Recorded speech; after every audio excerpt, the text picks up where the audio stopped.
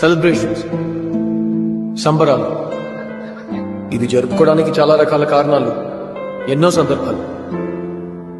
ఈ new year అనేది అందరూ సెలబ్రేట్ చేసుకునే ఒక పబ్లిక్ బర్త్డే లాంటిది. ప్రతి చిన్న విషయం సెలబ్రేట్ చేసిన నేను ఈ న్యూ ఇయర్ ని చాలా గ్రాండ్ గా జరుపుకున్నాను.